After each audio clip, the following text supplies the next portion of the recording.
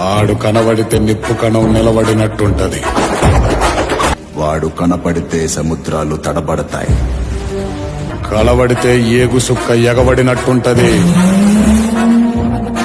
నిలబడితే సామ్రాజ్యాలు సాగిలపడతాయి.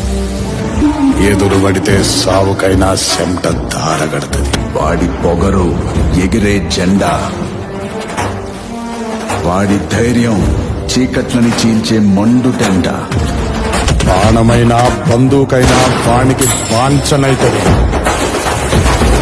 నా అన్న, నా తమ్ముడు మన్నెం దొర.